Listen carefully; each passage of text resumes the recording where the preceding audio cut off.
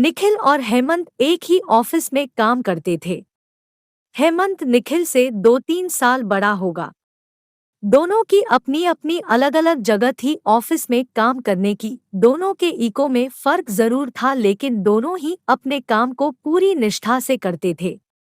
निखिल निखिल के परिवार में कुल 4 लोग थे। वो खुद, उसकी माँ, पिता और उनकी पत्नी सुधा। 2 बहनें भी अपनी शादी पर हैं और वो अपने अपने ससुराल में खुश हैं। निखिल की लव लेबल वाली है। सुधा और निखिल एक ही ऑफिस में साथ साथ काम करते थे।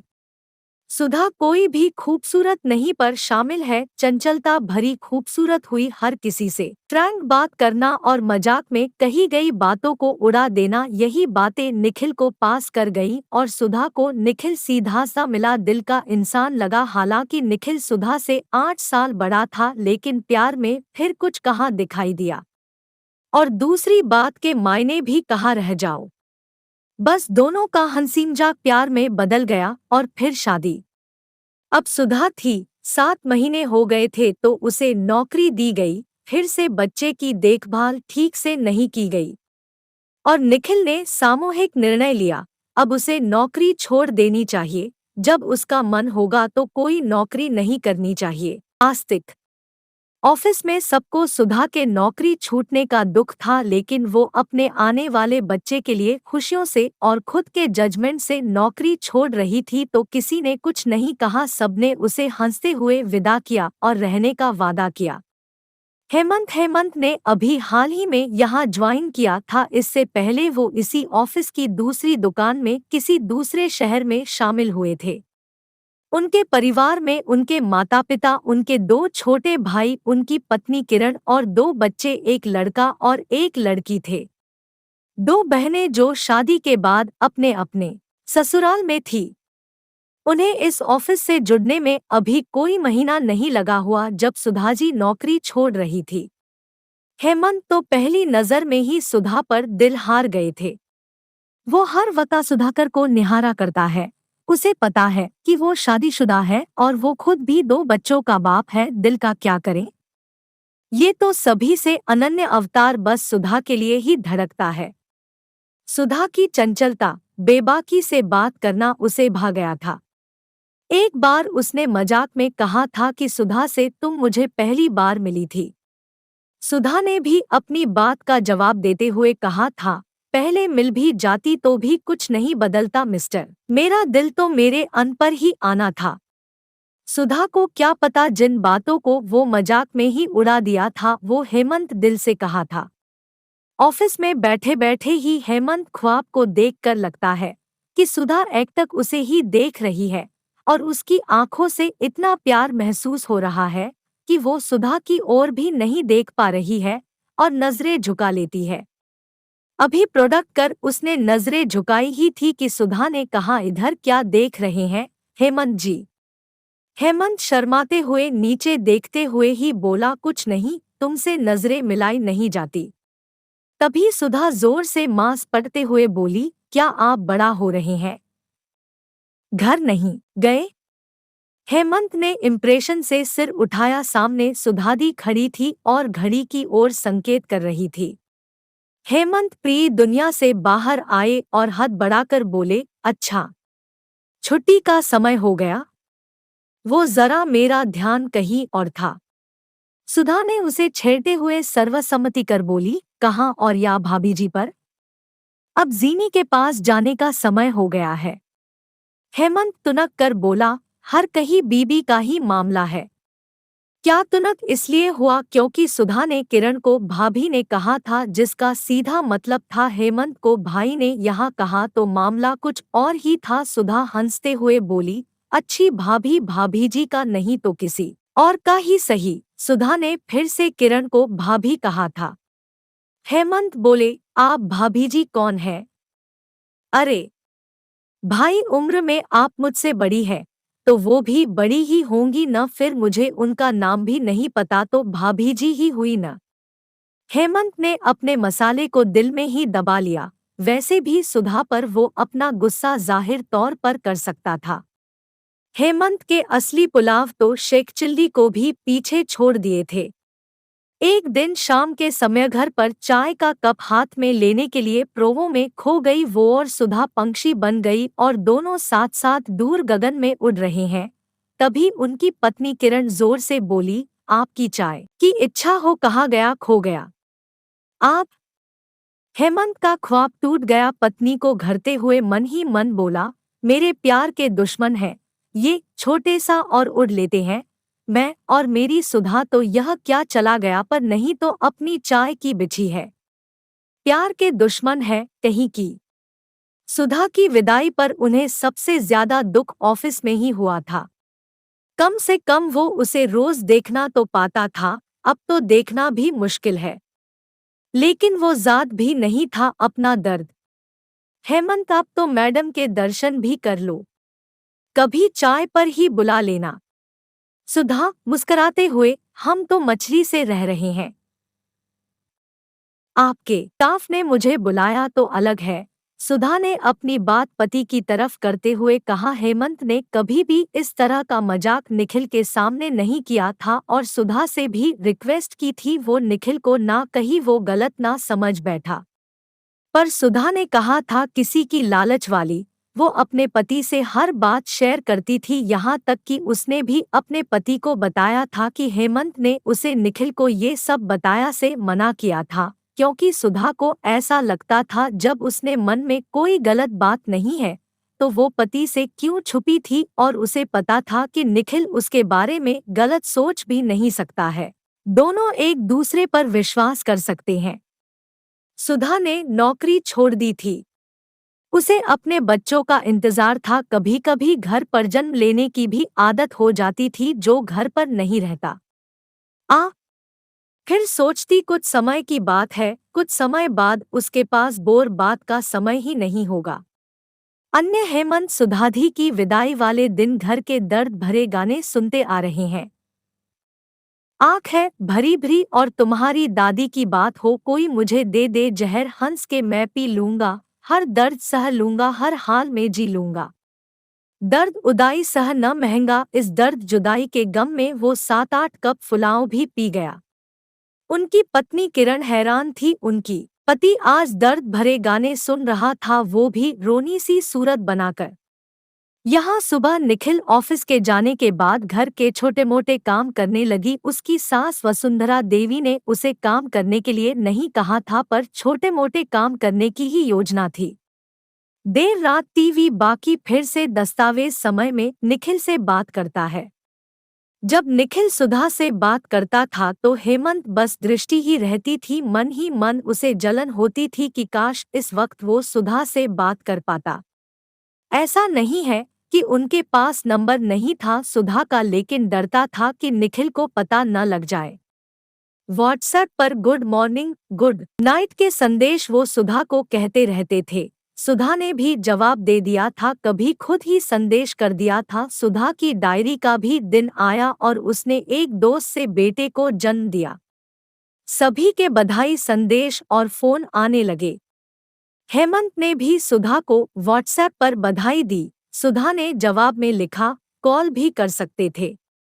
लेकिन हेमंत ने उसे फोन नहीं किया कि निखिल भी आसपास ही होगा और निखिल के सामने सुधा से वो बात कैसे करेगी। सुधा जब व्यस्त हो गई तो उसके घर नए मेहमान आ गए। सुधा का पूरा ध्यान उस पर ही था, इसलिए व्हाट्सएप और फेसबुक से कट किया गया था। इन सब के लिए उसके पास के वक्त नहीं थे। इधर हेमंत का बुरा हाल था। वो रोज व्हाट्सएप चेक में शामिल था, ना तो सुधा का कोई संदेश हुआ और ना ही प्रोफाइल पिक अपडेट हुआ। वो तो रोज सुधा की प्रोफाइल पिक को अपने फोन गैलरी में सेव करता था, फिर उन्हें जूम करके व्यूज देता था। कभी कभी सुधा के फोटो का वीडियो शो के काम करता है और अपने पसंद का गाना सुधा को भेजता है। सुधा को वो वीडियो पसंद आता है तो उसे वो फेसबुक पर अपडेट करता है। हेमंत दिल ही दिल खुश हो जाता है, लेकिन शामिल तो कोई नई फोटो सूची ही नहीं है। सुधा ने इसलिए हेमंत की पुरानी फोटो ही देखी और अन्य बातें जैसे सुधा ने सामने ही रखी हो। इधर सुधा इन सब से बेखबर अपनी दुनिया में शामिल थी। हाँ, कभी कभी अपने बेटे की फोटो व्हाट्सएप और फेसबुक पर अपडेट कर देती थी। उन फोटो को देखकर हेमंत नई पिक लिख कर भेज दिया तो वो भी जवाब दे आखिर बेटा कैसा है। सुधा और हेमंत की व्हाट्सएप चैटिंग। हेमंत नीस पिक। सुधा आखिर बेटा किसका है? हेमंत की माँ इतनी सुंदर है तो बेटा भी बहुत सुंदर होगा। सुधा चने के झाड़ू पर मत चढ़ाओ जनाब, गिर गए तो चोट-वोट मुझे लगाओगे। हेमंत स्टार तो मूल्यवान होना ही लाभदायक है। सुधा तो क्यों हो भाई? हेमंत अच्छी लड़की हो तुम, अब खुश। सुधा अब बिल्कुल सॉलिड वाली मूर्ति की है। हेमंत ए सुधा बाय हेमंत अरे क्यों भाई? सुधा सिंधु कोई काम तो है नहीं शायद, पर मैं बिजी हूँ हेमंत में नहीं करता। सुधा मत करो मेरी तरफ से तो बाय हेमंत अरे सुनो चैट डिलीट कर देना। सुधा हेमंत नोखिल ने देखा तो भूखा आ जाएगा। सुधा मेरी पैरों सीता भूमि बहुत मजबूत है श्रीमान, तुम अपनी जमीन संधारण। हेमंत डिलीट कर दे कृपया। सुधा मेरी मोनिका बाय। ऐसे ही कभी कभार चैट हो जाती थी तो हेमंत की खुशी का कहावत नहीं रहती थी। उसे पूरा विश्वास था सुधा भी उसकी दिल का हाल देखा गया था। आज सुधा से चैट करने के बाद उसने भगवान की प्यास भी अदा की और प्रार्थना की, हे भगवान मेरी सुधा से रोज इसी तरह मेरी बात करवा दिया करो। मैं हर नक्षत्र में ताल का भोग लगाता हूँ। अब ये तो आपको ही पता था कि लोध का भोग वो भगवान को किसने बनाया था, क्योंकि उनके भगवान और उनके भोगों में उनकी हर प्रार्थना अलग अलग होती थी। इस बार शायद ही कभी होती थी। हनुमान जी को तो लाल नहीं था, सो उन्होंने हेमंत की संतान अनसुनी कर दी। सुधा कभी कभी ही ऑनलाइन आती थी, वो भी रेशम ही गायब हो जाती थी। हेमंत पिपरा बस दृष्टि ही रह जाती है। आज सुधादी ने हाय और बाय के साथ टिकटें फिर से भेजी। हेमंत पिलेरा को फोन करने की कोशिश ही नहीं की गई। उसने सर स्केल स्काई की ओर देखा और तुम्हारे लोड कंसल को फिर से फोन किया। ऑफिस में सक्सेस पार्टी वाली थी, पूरे स्टाफ के साथ इस पार्टी के लिए खुशी थी, लेकिन हेमंत तो कुछ ज्यादा ही खुश थे और उनकी खुशी का कारण स्टाफ के साथ उनके नागपुर का भी आना था। यानी सुधा भी इस पार्टी में जरूर आएंगी। वैसे भी वो खुद इस ऑफिस का हिस्सा बने हुए हैं, तो गुडल वोफिस की सक्सेस पार्टी कैसे मिस कर सकती है? यही सोच कर हेमंत बहुत खुश था। बस वो इतना और चाहता था कि उसकी पत्नी किरण पार्टी में आने से मना कर दे। निखिल भी ना ही आए तो सोने पे सुहागा।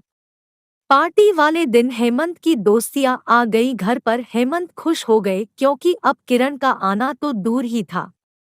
शाम को हेमंत पार्टी की तैयारी हो रही थी तो उनके समर्थकों ने कहा, अरे हेमंत तुम कहाँ की तैयारी कर रहे हो? हेमंत ऑफिस में पार्टी है। दितो क्या जरूरी है? मैंने आज पूरा परिवार सोचा था मिलकर खाना खाना बनाएंगे, इसलिए मैंने करना और साहिल हेमंत के भाई को भी बुलाया गया। किरण रहती न पार्टी ही तो है, बड़े दिन बाद दोनों आई है।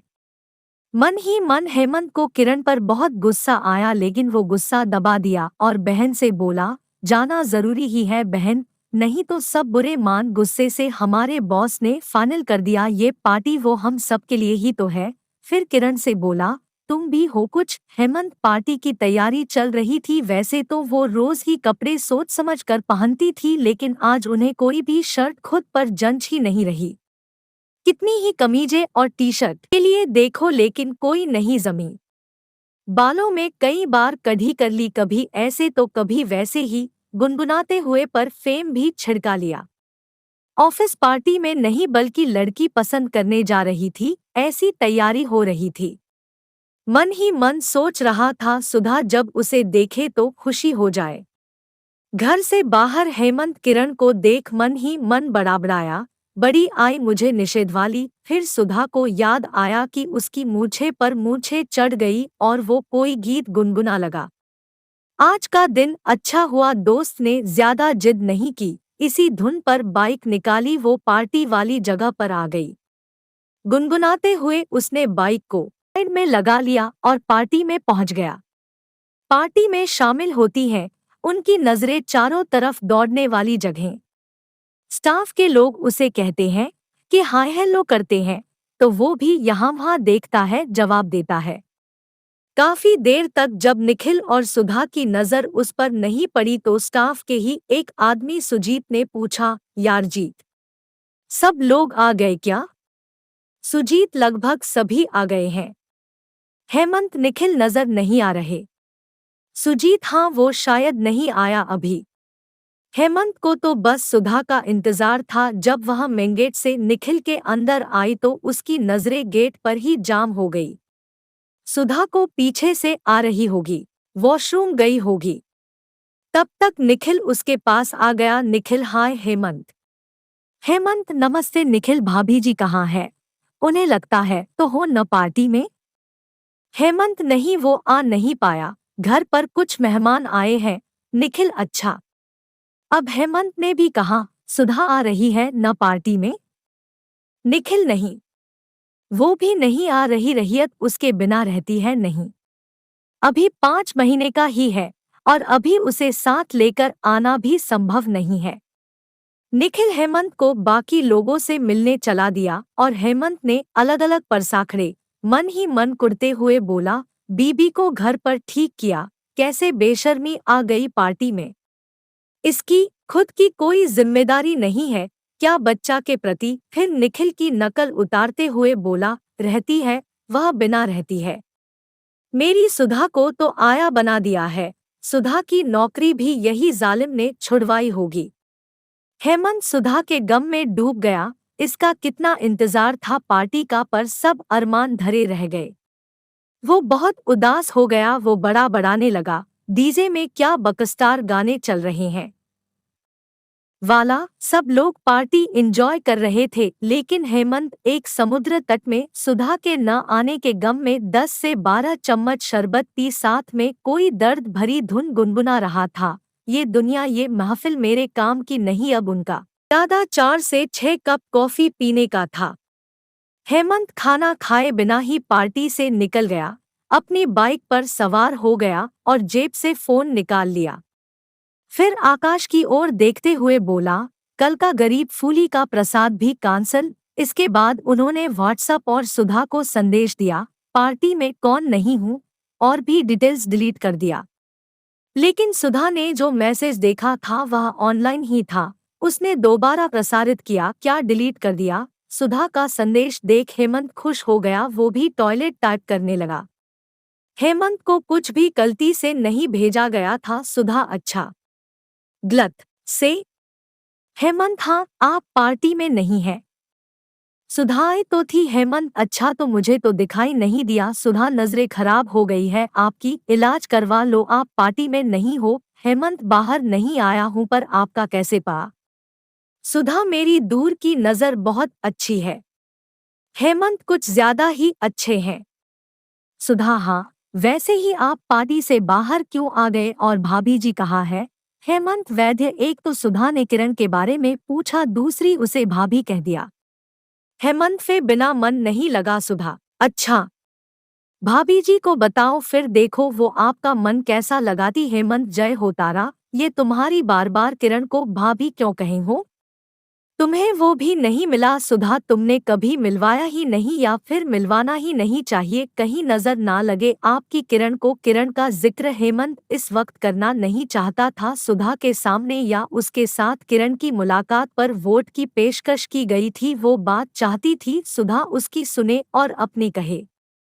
हेमंत, अच्छा छोड़ो, ये बताओ तुम क्या कर रही हो? सुधा, शुभवात तो सोने की तैयारी, गुड नाइट। हेमंत, अरे हो सुधा, शुभवात तो सोने की तैयारी, गुड नाइट। हेमंत, अरे अभी से अभी तो निखिल नाइक है पार्टी में। सुधा, मेरे पति पर बड़ी नजर हो। हेमंत, सुधा, जोक तो नहीं, मुझे अच्छा लगा। सुसंगत, गुड नाइट। हेमंत, अरे थोड़ी देर बात तो कर लो। सुधा, हेलो, आए बाय, शुभ रात्रि।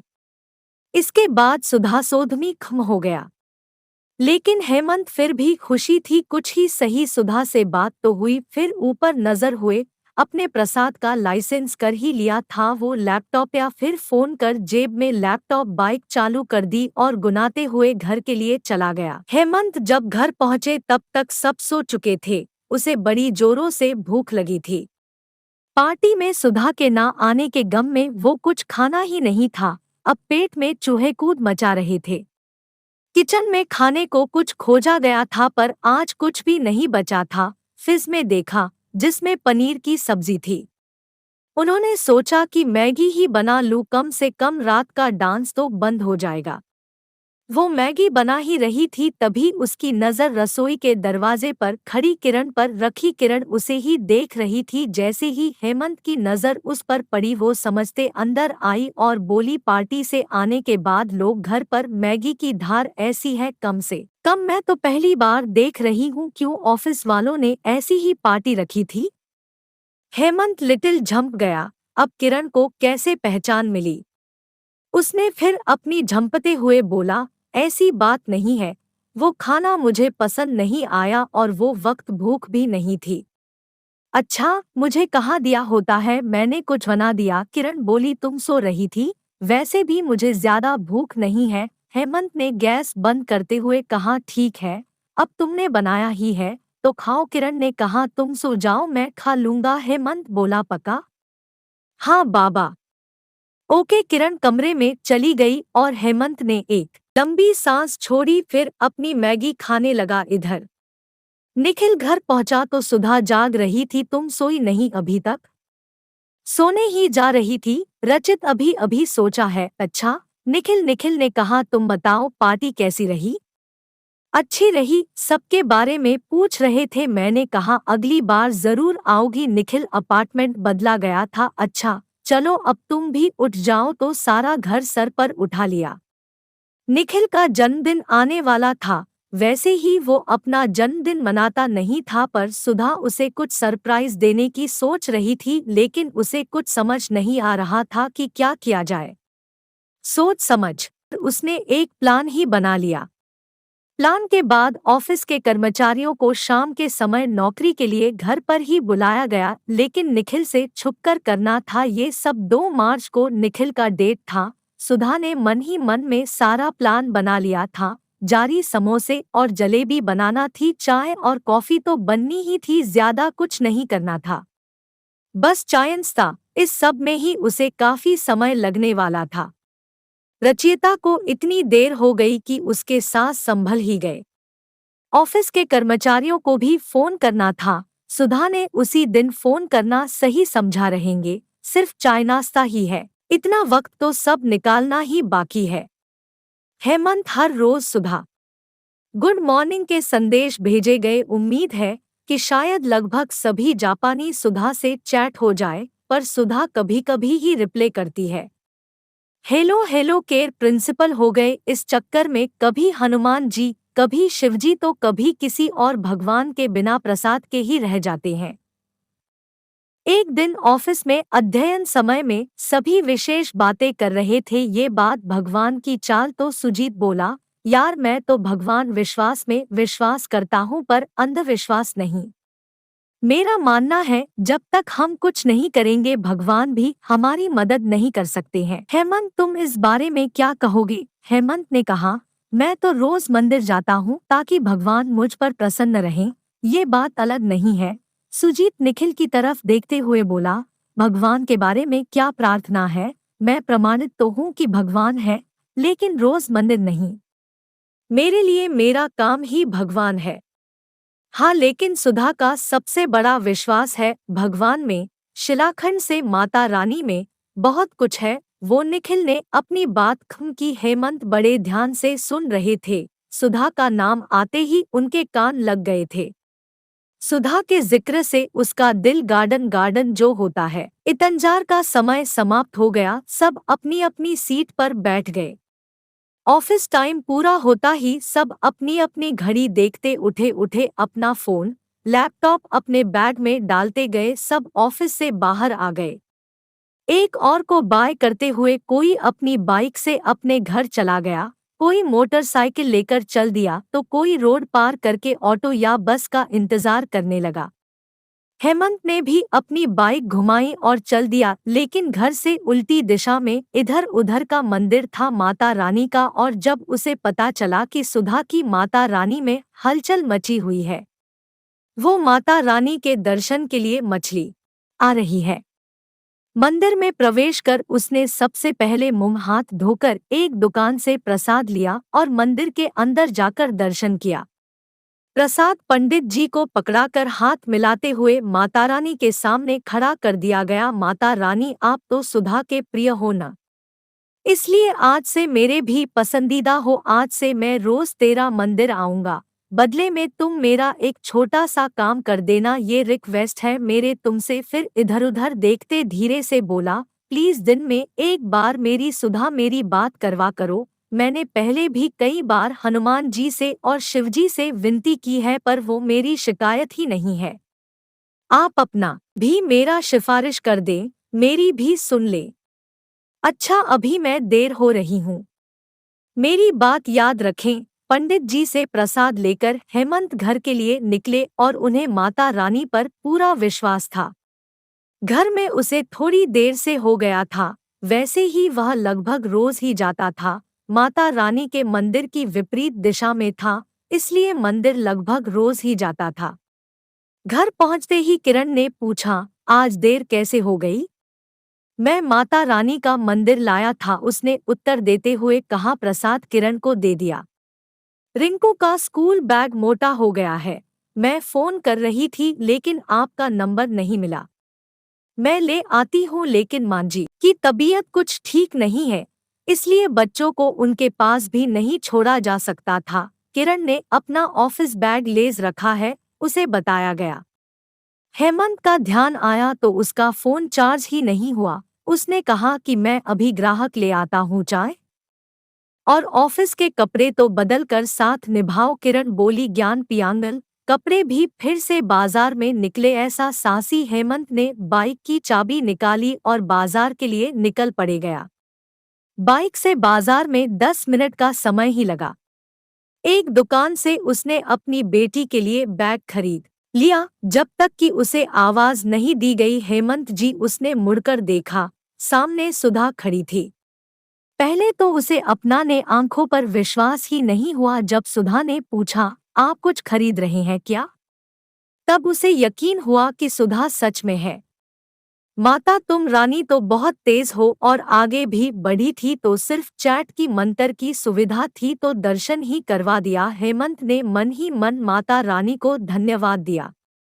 कहाँ खो गए हेमंत जी? हाँ हाँ, बेटी का स्कूल बैग लेने आया था, उसने बैग दिखाते हुए हड़बड़ा कर कहा। और तुम क्या बिजनेस कर रही हो? सोचा तो रही थी पूरा बाजार ही ले चलूं, बार बार का झंझट खत्म हो गया, लेकिन फिर तुम लोग कहाँ जाओगे? सोखा सुधा चौधरी दी। हेमंत को उसकी यही अदा तो पसंद थी, बात बात पर मजाक करना। तुम कभी सीरियस नहीं होते न बाबा, मुझे हॉस्पिटल नहीं जाना, सुधा खिलखिला दी। दोनों बातें करते चलते सुधा ने ऑटोकॉलेज और सुपरमार्केट स्टोर बोली पर स्विच किया। अच्छा, मैं मोबाइल हूँ, ठीक है, ऐसे ही विरोधाभासी रह रही हो। ऑटो वाले ने टर्न किया और हेमंत को कुछ सेकंड्स की खरीदारी करते हुए फिर से अपनी बाइक की तरफ चला दिया।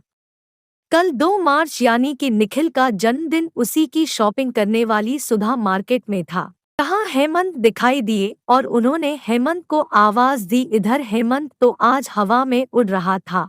हनुमान जी, आप मेरी नहीं सोए और न ही शिवजी, आप माता रानी पर भी बैठे, सुन भी ली और मन भी ली, इसलिए कहते हैं माँ तो माँ होती है। आज हेमंत का दिल गार्डन गार्डन से भी ज्यादा बड़ा गार्डन हो गया। सुधा सुबह थोड़ा जल्दी उठ गया, ना धोकर निखिल की पसंद वाली कलाकृति गुलाब के फिर से एक ताज़ा गुलाब ले आई। चाय दोस्त, चाय की ट्रे में चाय के साथ साथ अपने हाथ से बनाया गाजर का हलवा और साथ ही खुद का बनाया ग्रीटिंग, उसके ऊपर गुलाब का फूल लेकर वो कमरे में चले गए। निखिल भी ना ढोकर के साथ ट्रे से निकल ही रहे थे। चाय देखकर वो बिस्तर पर बैठ गया। चाय की मेज पर बैठे सुधा ने उसे तीसरी बार देखा। गुलाब देते हुए अपने गालों पर किस किया। निखिल ने सुधा के गाल पर किस करते हुए उन्हें धन्यवाद कहा। ट्रे में गाजर का हलवा देखकर उसका चेहरा और भी खिल गया।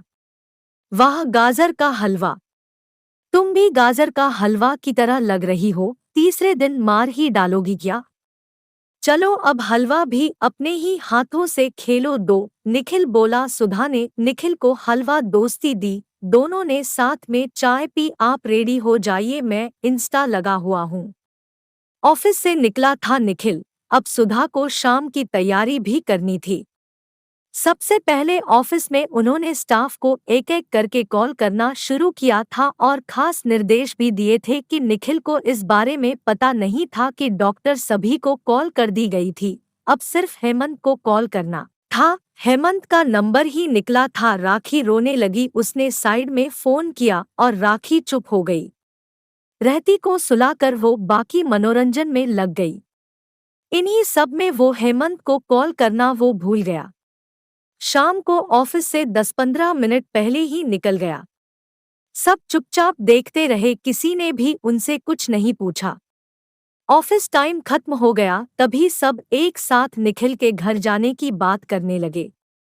हेमंत ने सबसे पीछे ध्यान दिया कि उसने ऑफिस से बाहर की बात पर ध्यान नहीं दिया। सुजीत ने हेमंत से पूछा, हेमंत तुम मुझे भी अपनी बाइक पर ले चलोगे? हेमंत ने चौंकते हुए पूछा, कहाँ? अरे भूल गए?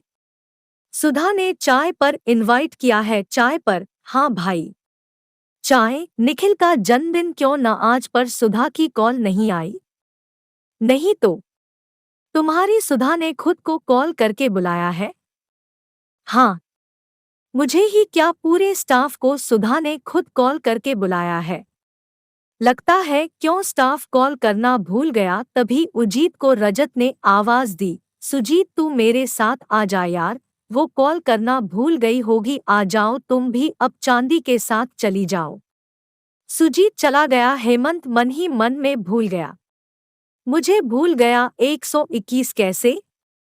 वो तो चलो भूली सो भूली, ऊपर देखते हुए माता रानी तुम कैसे भूल गई? कल ही तोहफे पास आ गया था। अच्छा, अब उदाहरण के तौर पर कल का मामला कल ही खत्म कर दिया गया। मुझे ही न बुलाया, पर माता रानी तुम्हें तो याद दिला सकता था न। मैं ऐसा करता हूँ उन्हें अच्छा ही लगता है। अब सबके सामने ये तो कहेगी नहीं। पतली आवाज में टुकड़ा, हेमंत जी आपको तो मैंने बुलाया ही नहीं, आप क्यों आ गए? पहले मुझे देखो। सुधा को खुशी ही होगी, क्या पता सबके सामने मेरी सराहना ही कर दे। देखो हेमंत जी को मैंने कॉल करना भूल कर दिया, लेकिन ये बुरा न माना और बताई गई खास बात ये है मेरी खुशी का। लुकाछिपी ही हेमंत के चेहरे पर लाली छा गई। फोन की रिंगटोन बजी तब उसकी असली पुलाव कच्ची ही दिखाई गई। स्क्रीन पर उसकी सुधा का नाम ही दिखता है। चेहरे के रंग के फूल सा खिल गया। उसने फोन रिसीव करके हेलो कहा। इधर से सुधा की आवाज आई, सॉरी हेमंत जी आपको कॉल करना भूल गया। ऊपर से सुधा की आवाज आई, कोई बात नहीं, सुधा हो जाती है ऐसा। वैशाली खुशी से बोला, मुझे पता था कि तुम बुरा नहीं मानोगे, तो तुम आ रहे हो ना? आप बुलाए और अच्छे हम न आए, ऐसा नहीं हो सकता। ठीक है ठीक है। फोन कट हो जाता है, जिसमें हेमंत बाइक स्टोर की झलक दिखाई देती है। तुम्हें भूल गई माता रानी, लेकिन सुधा को याद किया गया। आ ही गया, देर से ही सही, तुमसे कल सुबह पक्का मिलूंगा। अभी मुझे मेरी सुधा से मिलना है। डोरबेल बजी तो सुधा गेट हो गई। निखिल को देखने वाली बोली, आज तो जल्दी आ गई आप। अच्छा आप ताज़ा होकर आइए, मैं चाय बना लाती हूँ। राहेलिया कहाँ है? निखिल ने पूछा। मम्मी पापा पार्क उसे लेकर गई है। अच्छा हो रहा है, तुम चाय बनाओ, मैं आ गया हूँ। निखिल ताज़ा वहीं। फिर से डोरबेल बजी। सुधा ने गेट किया। ऑफिस तो ऑफिस के कुछ लोग पहुंचे थे। वेलकम। बाकी सब कहाँ है? सुधा ने पूछा। बस संपर्क करते ही होंगे, रजत बोला। अच्छा तुम सब बैठो तब तक, सुधा बोली। निखिल ने कहा। सुजीत ने पूछा, ताज़ा हो रहा है? आते ही होंगे, सुधा ने जवाब दिया। तीसरे में बाकी सब लोग भी आ गए। सबसे बाद में हेमंत आए। सभी को सुधा ने बैठक में नियुक्त किया। निखिल का नाम सुधा कहते हुए मीटिंग में आया, लेकिन मीटिंग का नज़ारा ही हैरान कर देने वाला हो गया। मीटिंग को जल्द ही बहुत बैलून और फूलों से नाचते हुए वॉल पर हैप्पी बर्थडे निखिल लिखा गया और उनका पूरा ऑफिस स्टाफ मौजूद था। सुधा ने तीसरा गाना शुरू किया। सुधा के साथ साथ सभी गाने लगे, happy birthday to you Nikhil. सबने एक एक करके निखिल को थर्ड विश किया। निखिल तो अब तक हैरान करने वाला ही था। मेरा सरप्राइज कैसा लगा? सुधा ने पूछा। सरप्राइज तो सचमुच कमाल का है। वैसे कब किया आपने ये सब? निखिल सुधाकर की तरफ से बोला गया। सुधादी ने कहा। और आप लोगों ने क्या कुछ नहीं बताया? निखिल अपने स्टोव की तरफ मुखातिब हुआ। अरे बताओ बताओ तो तुम्हारे चेहरे के रंग कैसे दिखते हैं? सुजीत बोला। चल तू अपनी बकबक छोड़। रजत सुजीत से बोला, फिर निखिल की तरफ देखते हुए बोला। सुधा ने मना किया था यार। 3 से हेमंत तुम्हें तो बता दूं, तुमसे तो मैंने तीसरी का जिक्र भी किया था। निखिल अचल की तरफ बेटा इससे पहले हेमंत के कुछ भाषण सुजीत बोल ने कहा था। इसे खुद कहाँ पता था? ये तो शायद बिन बुलाए मेहमान है। सुजीत खिलौने में बोला। हेमंत ने बुरा सा मुंह बोला। पता नहीं था लेकिन बिल नहीं आया। सुधा के गाने पर ही आया हूँ। वैसे ही उसने सारे स्टाफ को बुलाया था तो मुझे क्यों नहीं बुलाया? तुम सुधा से ही पूछ लो। सभी के लिए सुधा ने अपने घर पर ही बनाया था। सभी ने सुधा की महिमा की। हेमंत का बसावते वो तो सुधा के हाथ ही दोस्त है। अरे नए अपने बेटों से नहीं मिलवाओगे? सुजीत बोला। हो भाई, कहाँ है तुम्हारा बेटा? सिल्वर ने सुजीत की हाँ में हाँ मिलाई। फिलहाल तो अपने दादा दादी के साथ पार्क हो गया है। जल्द ही तुम सबको मिलवाऊंगी, सुधा ने जवाब दिया। मैंने सोचा था रहियत से भी मिल आज, पर नहीं तो उसे पहले ही भाग दिया। आरती बोली। सॉरी बाबा, अगली बार पक्का। सुधा कान पकड़ते बोली। ठीक है ठीक है, आरती बोली। चाय के बाद सबने सुधा और निखिल से विदा ली। आज सबसे ज्यादा खुश हेमंत था। मन ही मन माता रानी को धन्यवाद बजाते हुए बोला। तुमने तो कमाल कर दिया माता रानी, इतने दिनों से तुम ही भोले बाबा और हनुमान जी के चक्कर में पड़ी हो। तुम तो उनसे 2 कदम आगे की मिन्नत सुनकर हो अपनी कृपा पर बनाए रखे में उसके दर्शन को आम्ल। पूरे 9 दिन तक उत्सव मनाएंगे। माता रानी का भजन गाते हुए हेमंत घर को चल गया। फेड रात को सोने से पहले सुधा ने आज शाम की तस्वीरें फेसबुक पर अपडेट की और व्हाट्सएप पर स्टेटस पर भी। हेमंत ने एक एक कर सारी तस्वीरें और एक तस्वीर दिखाई जिसमें वो सुधा के पास खड़ी थी और वो वाली तस्वीरें अपने फोन में सेव कर ली थी। हालांकि उस तस्वीर में सभी थे तो बस वो खुद और सुधा ही नजर आ रही थी। बाद में उन्होंने फोटो को एडिट और रिव्यू किया, बाकी सभी को हटाकर सिर्फ सुधा और अपना वाला पार्ट सेव कर लिया। बार बार इस फोटो को देखा और वो खुश हो गया। अगले दिन हेमंत थोड़ा जल्दी कार्यालय से निकलकर उसे माता रानी के मंदिर में ले गया। मंदिर पहुंचकर वो हाथ में हाथ डाले माता रानी के सामने खड़े हो गए। माँ, तुम कितने प्यारे हो। मुझे पहले ही अपने बारे में बताया था तो ये भोले भक्त बाबा और हनुमान जी के दर की बातें न बताईं। हनुमान जी का तो समझ में आता है कि वो बाल ब्रह्मचारी थे, तो वो मेरे प्यारे कैसे थे। भगवान भोले भी बड़े निर्दयी निकले, या फिर शायद उन्हें प्रसाद पसंद नहीं आया। लेकिन माता रानी ने माता रानी को आशीर्वाद दिया। बस तुम जरा ध्यान रखना। पूजा करके हेमंत कार्यालय पहुंच गया। टी टाइम में चपरासी चाय रख गई। चाय के कप को देखकर उसे समझ नहीं आया कि क्या करें। उछले कूदे, गाए नाचे या फिर पागल हो जाए। हेमंत कप देखकर इतना खुश हो गए थे कि समझ ही नहीं आ रहा था वो चाय पिए या कप देखिए। राहुल कप के ऊपर कल निखिल के घर पर खांदी गई थी पूरे स्टॉफ की फोटो प्रिंट। ये आइडिया सुधा का था। पूरे स्टॉफ के लिए उसने कल शाम ही कप पर फोटो का दाम दिया था और आज ऑफिस में सभी को इन्हीं कपों में चाय दी गई थी। जब उन्हें ये पता चला तो सब हैरान रह गए। है तो सभी उसकी महिमा करने लगे। हेमंत की खुशी तो आसमान पर थी। उसे तो उस फोटो में भी बस सुधा ही सुधा नजर आ रही थी।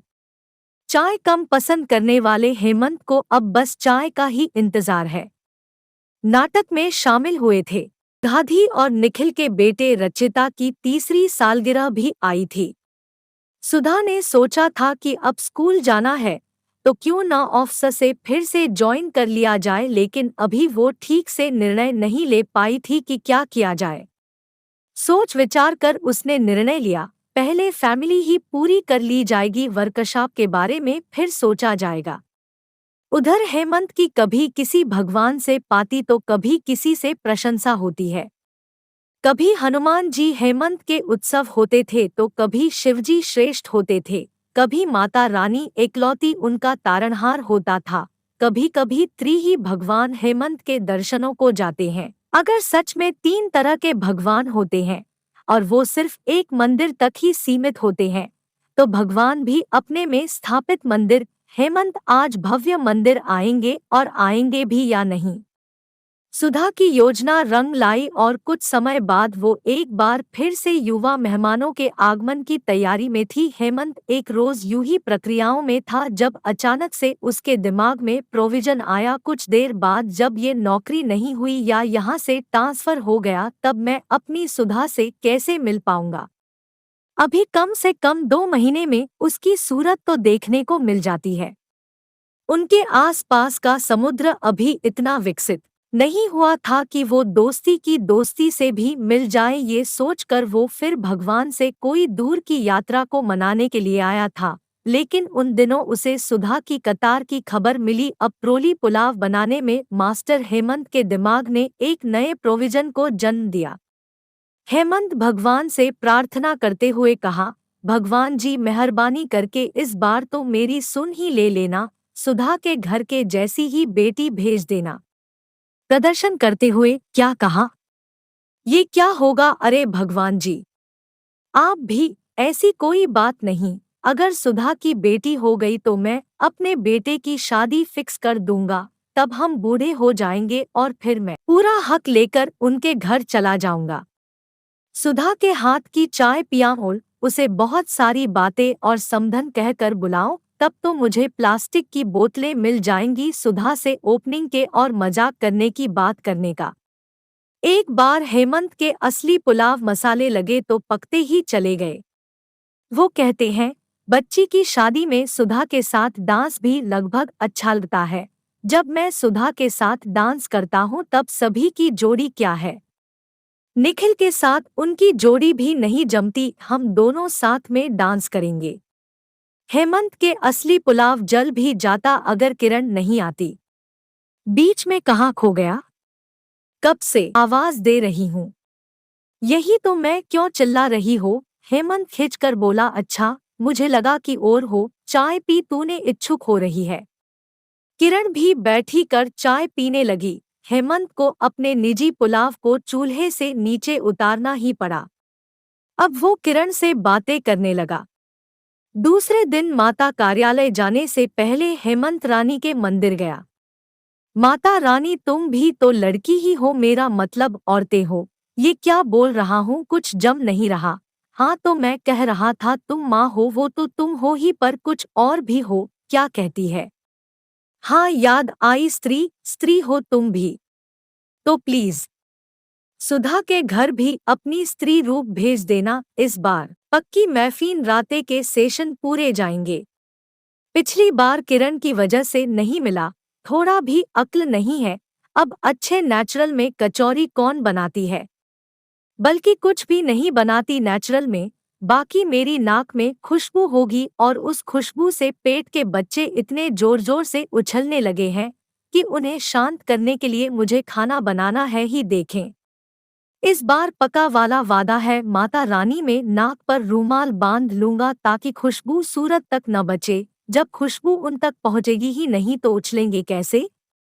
इसे कहते हैं, न रहेगी बांस, न बजेगी बांसुरी, न आएगी खुशबू, न नाचेंगे चूहे, न छूटेगा जश्न। तो माता रानी, तुमने मेरी विनती सुन ली न, प्लीज माता रानी भूल मत जाना। हेमंत कार्यालय में लगभग सभी आ चुके थे। निखिल का केबिन खाली था। एक नज़र उनके केबिन में चली। हेमंत को तो बस चाय का ही इंतजार था। वो बार बार घड़ी की नज़र में, घड़ी में लंबी बैटरी कम हो गई थी। ऐसा हेमंत के साथ रोज हुआ। उसे लगा कि उसकी घड़ी खराब हो गई है। फिर उसकी नज़र निखिल के केबिन की ओर पड़ी, वह अब भी खाली थी। उसने चांदी से पूछा, आज निखिल नहीं आया? नहीं, कौन? अरे, सुरक्षा नहीं पता। आज सुधा की स्मार्ट डेट है, इसलिए निखिल सुधा के साथ हॉस्पिटल गया है क्या? हेमंत जरा जोर से बोला। अरे, तुम तो ऐसे चौंक रहे हो जैसे तूफानी दर्द हो और खबर में दे रहे हो। चांदी के साथ साथ सुजीत भी हंसने लगा। चुप करो, अपना काम करो, हेमंत ने डांटते हुए कहा। हेमंत मन ही बड़बड़ाने लगा, माता रानी लाज रखें। फिर सुजीत से बोला, तुम्हें क्या लगता है बेटा या बेटी क्या होगी? अब ये मैं कैसे बताऊं, मैं भगवान है क्या? फिर भी कोई चिकित्सक, मैं अंतर्यामी भी नहीं हूँ। बेटी प्यारी जयंती रजत बोला है ना? तुम भी यही चाहते हो, मैं भी यही चाहते हो। हेमंत खुश तो ऐसे हुआ जैसे सिल्वर ने कहा दिया तो बस बेटी ही होगी, फिर हम सबको वो मामा कहकर बुलाएगी, कितना अच्छा लगेगा ना? हेमंत बुरा सा बोला, तुम बन जाओ उसकी माँ, मेरी तो पहले से ही दो क्यूट सी भंजिया है। तुम्हारा क्या मतलब है? सुधा की बेटी क्यूट नहीं होगी? मेरा वो उसका मतलब नहीं है। हेमंत हड़बड़ाया, फिर क्या मतलब? ए लड़की, सुजीत रजत को आंख से इशारा करते हुए बोला। हेमंत ने कुछ देखने ही वाला था, फिर सारा माजरा समझकर बोला, अच्छा तुम दोस्त फिर से मेरी टांग खींचना। तुम अपनी टांग हमें देते ही क्यों हो? रजत बोला, तुम सब यहाँ गपशप करने आओगे या काम पर लगोशिप की यात्रा पर जाओगे? नहीं, पीछे से आवाज आई, यहाँ लेते हैं हम गिलशिप की ढलान, पत्थर क्या कहते हैं? सुजीत ने पीछे देखा तो उसकी हालत खराब हो गई। सर आप? सॉरी सर, काम करो अपना अपना, बॉस बोला। सब फटाफट से अपने अपने काम पर लग गए। हेमंत ने तिरछी नजर से बॉस की तरफ, बॉस ने अपने केबिन में जाकर देखा तो हेमंत ने लंबी सांस ली। अब हो रहा फिर से सुधा का ध्यान आया और वो फिर भगवान से सुधा की बेटी की प्रार्थना करने लगा। ऑब्जर्वेशन टाइम हो गया, कुछ कैंटीन की ओर चला गया, कुछ ऑफिस में ही घर से लाया गया खाना खाने लगे। हेमंत ने भी घर से ही टिफिन निकाला था, आज उसने टिफिन को हाथ भी नहीं लगाया। माता रानी, में तो आज से ही पूजा की प्रैक्टिस कर रही हूँ, आप जरा ध्यान रखें, हेमंत ने ऊपर की ओर से देखकर कहा। तभी सुजीत आया और खिलाते हुए माइक की तरह मुंह करके बोला, मुझे आई हैव अटेंशन प्लीज। सभी उस ओर मुड़ उन्होंने जारी बयान में कहा, हमारे विश्वसनीय मंदिर से पता चला है, अभी कुछ देर पहले हमारी पुरानी कुलीग सुधा ने सिटी हॉस्पिटल में एक प्रियजन से बेटे को जन्म दिया है। इसी के साथ घोषणा हुई है। अरे अब कम से कम तालियां तो बजा दो। सभी ने तालियां बजाई और अपने अपने फोन से सुधा और निखिल को बधाई देने लगे। सभी ये खबर सुनना चाहते थे। सुजीत और सिल्वर को छोटी सी डेट मिली थी क्योंकि वो क्यूट सी भाजी थी। हेमंत तो ये खबर सुनकर सी हालत में आ गया। कुछ देर बाद ऊपर देखते हुए बोला, ये तुमने अच्छा नहीं किया माता रानी, तुम भी उन्हीं दो तरह की बातें। अब मेरे अरमान तो रह गए न धरे के धरे। सुधा को पुत्रों की जगह पुत्री देवता तो मित्र क्या चले, पर नहीं पिता तो बेटा ही था। पहले भी तो एक बेटा था, अब बेटी दे देती है। बेटी का स्टॉक कम था क्याफी पास। अरे, किसी बुढ़िया को उठाओ। फिर उसे एक छोटी सी प्यारी सी बच्ची ने सुधा के घर भेज दिया, पर नहीं, सुरक्षा तो मेरी सुननी ही नहीं है। बड़ी मुश्किल से तो मैंने एक हल ढूंढा था, उस पर भी पानी फेर दिया। पानी क्या, पूरी फिर दे दी, अपना भड़ास निकालकर।